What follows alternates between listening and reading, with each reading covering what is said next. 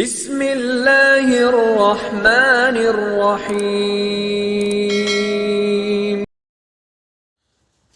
അസ്സലാമു അലൈക്കും വറഹ്മത്തുള്ളാഹി തആല വബറകാതുഹു. ബഹുമാനപ്പെട്ട വിദ്യാർത്ഥികളെ, ഇന്ന് നമ്മൾ വർക്ക് ബുക്കിലെ ദുറൂസ് ഭാഗത്തിലെ മൂന്നാമത്തെ പാഠമായ ഒ ഓ എന്നുള്ള അക്ഷരമാണ് ഇവിടെ പഠിക്കാൻ പോകുന്നത്. കഴിഞ്ഞ രണ്ടാമത്തെ പാഠത്തിൽ എ എന്നുള്ള അക്ഷരം, മലയാള അക്ഷരം അറബിയിൽ എങ്ങനെ നമ്മൾക്ക് എഴുതാം എന്നുള്ളത് നമ്മൾ പഠിച്ചു. അതിന് അലിഫിൻ്റെ മുകളിൽ യകാരം എന്നുള്ള ഒരു ചിഹ്നം ഇട്ട് കൊടുത്താൽ റെഡിയാകും എന്ന് നമ്മൾ പഠിച്ചിട്ടുണ്ട്. ഇനി ഈ പാഠത്തിൽ നമ്മൾ ഒ എന്ന അക്ഷരവും ഓ എന്നുള്ള അക്ഷരവും എങ്ങനെ അറബിയിൽ എഴുതാം എന്നാണ് നമ്മൾ പഠിക്കുന്നത്. ഇൻഷാ അല്ലാഹ് എൻ്റെ മക്കൾ ദുറൂസിലെ ഈ പാഠം എടുത്തിട്ടുണ്ടാവും എന്ന് പ്രതീക്ഷിക്കുന്നു. ഇല്ലെങ്കിൽ നിങ്ങൾ നോക്കാം, പേജ് നമ്പർ 50, അത് നിങ്ങളെ പെട്ടെന്ന് എടുക്കാം. ഇൻഷാ അല്ലാഹ് നമ്മൾ പാഠത്തിലേക്ക് കടക്കുകയാണ്. പാഠം മൂന്നാമത്തെ പാഠം ഒ ഓ മലയാള അക്ഷരത്തിലെ ഒ എന്ന അക്ഷരവും ഓ എന്ന അക്ഷരവുമാണ്. ഇവിടെ നിങ്ങൾ ശ്രദ്ധിക്കേണ്ടത്, ഒ എന്ന് എഴുതാൻ അലിഫി എന്ന് എഴുതിയതിന് ശേഷം ഇതുപോലെ ചിഹ്നമിടുക. നമ്മൾ യകാരം ശരി ഇട്ടതുപോലെയല്ലേ ചെയ്തത്, അതിനെ നേരെ മറിച്ച് കൊടുക്കുക. ഇതുണ്ടാവും, നിങ്ങൾ ഒകാരം എന്നാണ് ഇതിന് പറയുക, ഒകാരം എന്ന് പറയും. ഒ എന്നുള്ള അക്ഷരം കിട്ടണമെങ്കിൽ അലിഫിൻ്റെ മുകളിൽ ഒകാരം എന്നുള്ള ഈ ചിഹ്നമാണ് നിങ്ങൾ ഇടേണ്ടത്. അതാണ് താഴെ കൊടുത്തിട്ടുള്ളത്. നിങ്ങൾ കണ്ടോ, എങ്ങനെയാണ് ഇത് ഈ ചിഹ്നം തുടങ്ങേണ്ടത്? ഇതാ ഉസ്താദ് വിരൽ വെച്ച ഈ ഭാഗത്തുനിന്ന് തുടങ്ങിയിട്ട് ഇങ്ങനെ മുകളിലോട്ട് ചെയ്യണം. ഒരിക്കലും മുകളിൽ നിന്ന് താഴോട്ട് ആരും എഴുതാൻ പാടില്ല, റോങ് ആണ്. കറക്റ്റ് ഇതാ ഇവിടെ നിന്ന് തുടങ്ങി മുകളിലോട്ട്. ഇൻഷാ അല്ലാഹ് അത് നിങ്ങൾ ചെയ്യണം.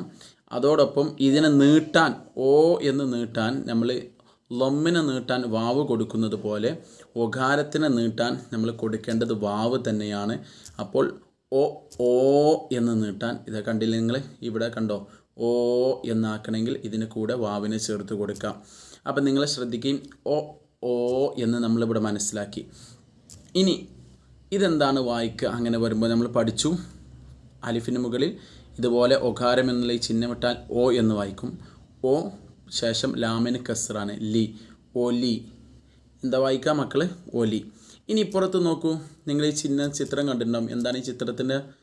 നിങ്ങളുടെ തെങ്ങിന് മുകളിലുണ്ടാകുന്ന ഓല, അതേ സാധനമാണ് ഇവിടെ എഴുതിയിട്ടുള്ളത്. കണ്ടോ നിങ്ങൾ? ഓ ഓ എന്നതിന് വാവ് നീട്ടാൻ കൊടുത്തു, ഓല, ഓല.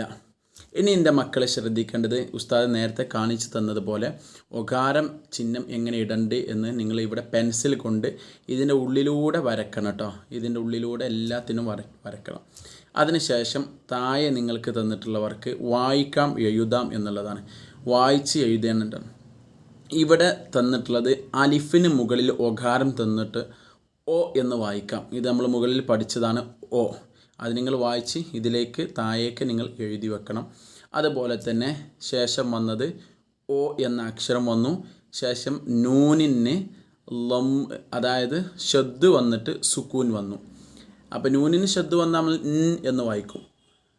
അതിൻ്റെ കൂടെ ഷദ് വന്നിട്ടുണ്ട്, ഷദ്ദും സുക്കൂനും കൂടി വന്നപ്പോൾ എന്നാണ് വായിക്കുക. അപ്പോൾ ഓ നേ, ഒന്നേ. അത് നിങ്ങൾ താഴേക്ക് എഴുതണം. ഇത് നിങ്ങൾ ഓൻ്റെ കൂടെ നീട്ടാൻ വാവ് വന്നു, ഓ എന്നാണ് വായിക്കുക. അത് നിങ്ങൾ താഴേക്ക് എഴുതാം. ഇവിടെ നിങ്ങൾ ശ്രദ്ധിക്കേണ്ടത്, ഓ എന്ന് നമ്മൾ പഠിച്ചതാണ്. മീമിന് ഫതഹ്, നൂനിന് ഫതഹ്, ഓമന, ഓമന. അത് നിങ്ങൾ താഴേക്ക് വൃത്തിയായിട്ട് തന്നെ എഴുതണം. അതിന് താഴെ നിങ്ങൾ കണ്ടോ, ഓരോ അക്ഷരത്തിനും ഒകാരം ഇട്ടാൽ, അതായത് ഓ എന്നാക്കാൻ. ഇപ്പോൾ കാഫാണ്, കാഫിന് മുകളിൽ ഇങ്ങനെ ചിഹ്നിട്ടാൽ ഖോ എന്നാണ് വായിക്കുക. ശേഷം നിങ്ങളിവിടെ കണ്ടോ, നിങ്ങൾ കൊല്ലം, കൊല്ലം, കൊല്ലം. അപ്പോൾ നമ്മൾ കൊല്ലം എന്ന് എഴുതണമെങ്കിൽ കാഫിന് മുകളിൽ ഒകാരം ഇടുക, ഖോ. ശേഷം ലാമ് ഷദ് ഫതഹ്, ല, പിന്നെ മീമിന് സുക്കൂൻ, കൊല്ലം. അപ്പോൾ ഈ കൊല്ലം എന്ന് നിങ്ങൾ ഇപ്പുറത്തേക്ക് എഴുതണം. ശേഷം നിങ്ങൾ തായിന് വന്നിട്ടുണ്ട്, തായിന് ഒകാരം ഇട്ടപ്പോൾ തോ, ശേഷം ലാമിന് കസ്ർ, തൊലി. അത് നിങ്ങളിവിടെ എഴുതാ, തൊലി. ഇതൊക്കെ കൂടുതൽ തവണ വായിക്കണം, ഉസ്താദ് പറയുന്നത് പോലെയല്ല. അതിന് ശേഷം നിങ്ങൾ ക്ലാസ് കഴിഞ്ഞതിന് ശേഷം വളരെ നല്ല രീതിയിൽ എൻ്റെ മക്കൾ എന്ത് ചെയ്യണം, കൂടുതൽ തവണ വായിച്ച് വൃത്തിയായി പഠിച്ചിട്ട് നിങ്ങൾ എഴുതണം ഇൻഷാ അല്ലാ.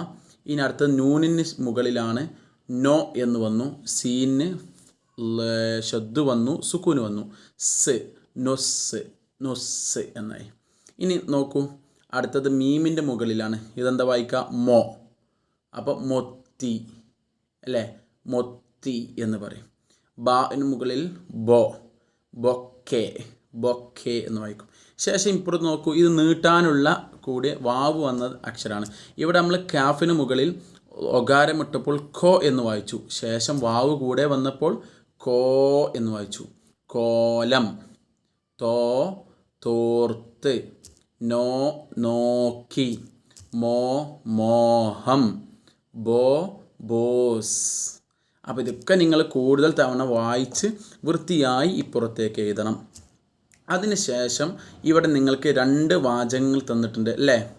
അതിന് ശേഷം 2 കള്ളി, അതേ രൂപത്തിൽ 2 കള്ളിയും തന്നു. അപ്പോൾ ഈ നീല കള്ളിയിലുള്ളത് വായിച്ച് വൃത്തിയായി ഈ റോസ് കളർ, ഈ ചുവന്ന കളറിലെ ഈ കള്ളിയിലേക്ക് എന്ത് ചെയ്യണം, നിങ്ങൾ എഴുതണം. എന്താണ് ഇവിടെ വന്നിട്ടുള്ളത് നോക്കാം, ഉസ്താദ് വായിച്ചു തരാം. ആദ്യത്തെ അക്ഷരം ഫതഹിന് മുകളിൽ എന്താ, ഒകാരമാണോ യകാരമാണോ? യകാരമാണ് വന്നിട്ടുള്ളത്. എ എന്ന് വായിക്കണം, കാരണം ഇത് ശരിയിട്ട രൂപത്തിലാണ് വന്നിട്ടുള്ളത്. എ എല്ലാം എല്ലാം.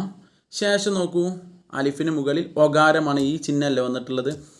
ശേഷം വാവ് നീട്ടാൻ, അപ്പോൾ ഓ കാം ഓർക്കാം. അപ്പോൾ കൂട്ടത്തിൽ ഒരുമിച്ച് വായിക്കുമ്പോൾ എല്ലാം ഓർക്കാം, എല്ലാം ഓർക്കാം.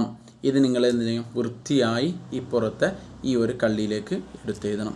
ഇനി അടുത്തത് എൻ്റെ മക്കൾ ശ്രദ്ധിക്കും, വാവാണ്, കസർ വന്നു, വി വിജ ന വിജ അല്ലേ, ജീമിന് ഫതഹ് വിജ, യാന് ഫതഹ് യ വിജയ. ശേഷം താന് കസറാണ്, ഷദ് വന്നു, തി വിജയത്തി നായി വിജയത്തിനായി. ഇനി നമുക്ക് ഒന്നിക്കാം. അപ്പോൾ വിജയത്തിനായി നമുക്ക് ഒന്നിക്കാം. അലിഫിന് മുകളിൽ ഇവിടെ എന്ത് വന്നു, ഒകാരം വന്നു. ഒന്നിക്കാം എന്ന് എഴുതണമെങ്കിൽ അലിഫിന് ശേഷം മുകളിൽ ഒകാരം ഇട്ട് കൊടുക്കുക, ഓ എന്നായി. ശേഷം നൂനിന് ഷദ്ദോടു കൂടി കസർ വന്നു, ശേഷം കാഫിന് ഷദ്ദോടു കൂടി ഫതഹ് വന്നു, ശേഷം മീമിന് സുക്കൂന് വന്നു. അപ്പോൾ ഇൻഷാ അല്ലാ വളരെ വൃത്തിയായി നിങ്ങൾ ഇത് എഴുതണം. അടുത്ത ക്ലാസ്സിൽ ഇൻഷാ അല്ലാ ഉസ്താദിനെ കാണാം. അസ്സലാമു അലൈക്കും വറഹ്മത്തുള്ളാഹി.